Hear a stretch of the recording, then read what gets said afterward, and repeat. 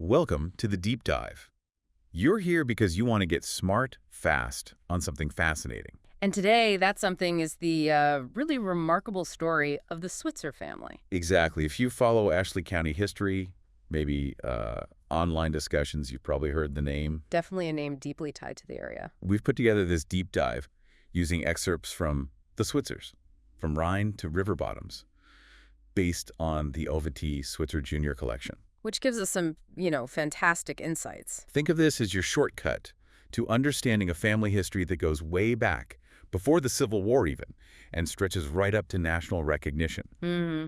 So our mission today, let's trace this incredible journey, continents, centuries, and really understand their impact. Yeah, it's more than just names and dates. It's about migration, ambition, building a community, especially here in Ashley County. Right. And what's really striking is tracing that line from, early 1700s Europe all the way forward. Okay, so let's dive in.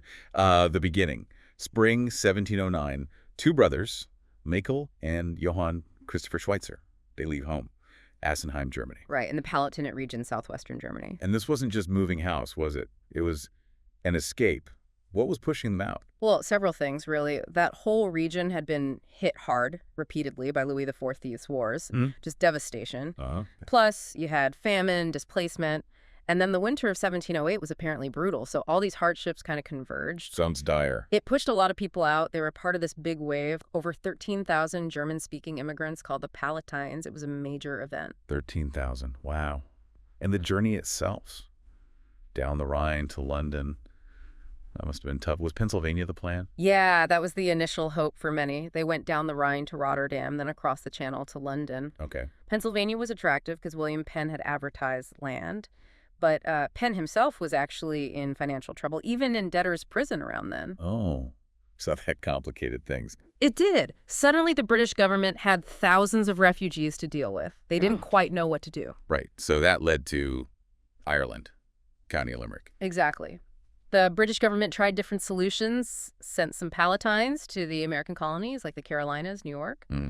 But a large group, over 3,000, including the Schweitzer brothers, ended up being resettled in Ireland, specifically on Lord Thomas Southwell's estate at Court Matrix in County Limerick. And this is a key moment, right, for the name? It really is. It's during this time in Ireland that Schweitzer starts getting anglicized to Switzer. Ah, okay. So right from the start, you see this pattern. Driven by hardship, seeking opportunity, willing to move and adapt, resilience. Okay, let's jump forward. Mid-18th century, we start seeing Switzers popping up in American records now. Another big move. Yeah, another transatlantic crossing. It's harder to trace the exact lines definitively from the records we have, but the pattern is clear. Sure, who do we see? Well, around the 1750s, you find names like Frederick Switzer and his wife, Mary English. Maybe their son Samuel was with them. Coming from Ireland. It strongly suggests that. They're likely part of that next wave, leaving Ireland for America. Again, probably drawn by the promise of land and opportunity. And they didn't just land and stay put, did they? They moved around within America. Right. We see them moving south. By the early 1800s, they seem pretty settled in the Orangeburg district of South Carolina. Okay, South Carolina. And that's where a really key figure for the Arkansas story comes in. Frederick Amos Switzer, born there in 1828. Frederick Amos Switzer, he's the one who brings the family to Arkansas. He's the pivotal figure for that move, yes. You see this westward pull, generation after generation, looking for that next frontier. So 1859, Frederick Amos Switzer arrives in Ashley County, Arkansas. And he buys a lot of land, 1,200 acres.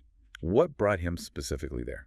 Well, primarily, it was the lure of new, fertile farmland. That was the big draw westward. Makes sense. Arkansas was opening up. Plus, his marriage to Julia Drummond was important. Her father, Warren Drummond, was a local Baptist minister. Ah, so that connected him locally. Exactly. It connected to, pretty significant Southern families and helped root the Switzers in the community right away. So picture Fred Amos arriving. Ashley County is mostly wilderness then. What's it like? How does he get started? Yeah, accounts describe it as frontier land.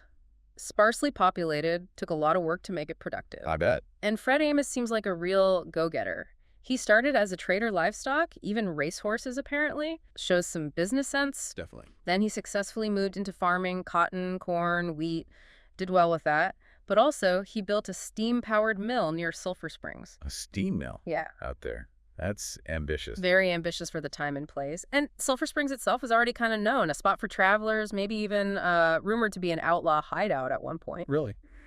Adds a bit of color. It does, but the mill, that was significant. It wasn't just for his own farm. It helped process timber, contributing to the local economy long before Crossett was really a town. Laying groundwork. Absolutely. And we should mention, he served in the Confederate Army, became a second lieutenant, came back after the war and rebuilt. Right. He and Julia had 9 kids, 6 lived to adulthood. So the Switzer presence was firmly established. They're buried near the old homestead in Macedonia Cemetery. That 1,200 acres, that's a serious holding. Yeah. How did the farming and the milling work together? It seems like it was a pretty integrated setup. Sulphur Springs was the hub. They grew crops, raised animals, and the steam mill let them process their timber, probably for building on their own land, for fuel, maybe selling some locally. It was self-sufficiency, but also maybe early commerce. And this mill was there before Crossett was officially founded. That's right. Sulphur Springs with the Switzer Mill was an important spot on the map in early Ashley County. So they were using steam power for timber pretty early on, before the big logging companies moved in. Exactly. Their use of that technology, for processing timber on their own land, it really predates the massive industrial logging that later defined Crossett. Foresight? You could say that. Or just really resourceful. Using what they had, embracing new technology, it definitely foreshadowed what the region's economy would become. Okay, so Fred Amos establishes this strong foundation. Yeah. What about the next generation? His sons, Charles Fagan and Frederick Harvey, did they follow the same path? Well, yes and no. There's some diversification starting to happen. Charles Fagan, for instance, went more into trading. He even operated a bowling alley over in Bastrop, Louisiana. A bowling alley, okay. Yeah.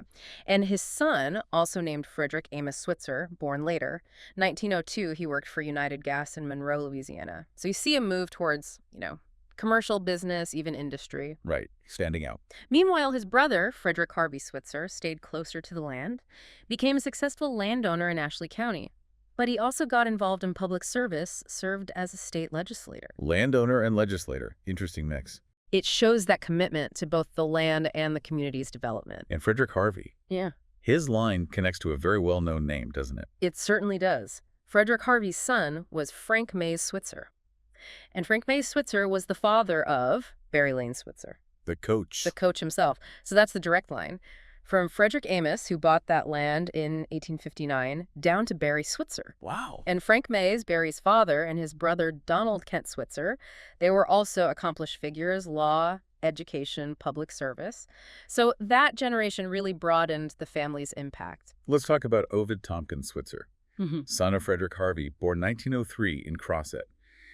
He represents another shift, right, towards law and civic life. Yes, absolutely. Ovid T. Switzer pursued education, became a lawyer. You have to remember, higher education wasn't that common then, especially in rural Arkansas. Good point. He became a respected lawyer, a local judge in Crossett.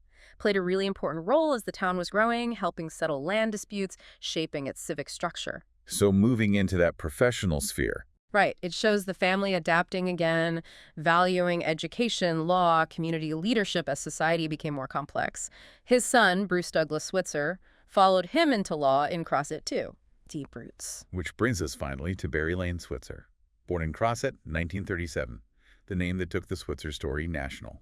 It really is an amazing capstone to the story we've been tracing. All those generations of migration, hard work, building something. And here's Barry Switzer, great-grandson of Frederick Amos and Julia, coming out of Crossett. He was a successful player at Arkansas first. Right. But then his coaching career at Oklahoma, multiple national championships, incredible winning record, just phenomenal success. He put the Switzer name and Crossett on the map in a huge way. It's quite something. From those brothers leaving Germany under duress to their descendant becoming one of the most famous football coaches in America. Do you see echoes of that earlier family spirit in his success? I think you can. That same, determination, perseverance, grit maybe, are qualities you needed on the frontier, qualities you certainly need to succeed at that level in sports. And the pride in Crossett for him is immense. He's still very much connected to his roots there. So let's wrap this up. We've covered a lot of ground, just like the Sweetzers did. Germany, Ireland, the Atlantic, the Carolinas, Arkansas. It's an incredible multi-generational saga. Key themes seem to be migration, definitely adaptation. And ambition, hard work, absolutely. And that consistent thread of contributing to the community wherever they were. Their story really lights up broader historical trends, doesn't it? The whole American experience almost in one family. It really does. From immigrant struggles to frontier building to modern success and leadership, it's a microcosm of so much history. It really makes you think, doesn't it, how these individual family choices, maybe made for immediate reasons way back when, Yeah. can ripple out over centuries and create this incredibly rich history. It definitely makes you want to look closer at the stories in your own backyard. Exactly. Makes you wonder what legacies are still unfolding all around us. Well, thanks for joining us on this fascinating deep dive into the Switzer family story.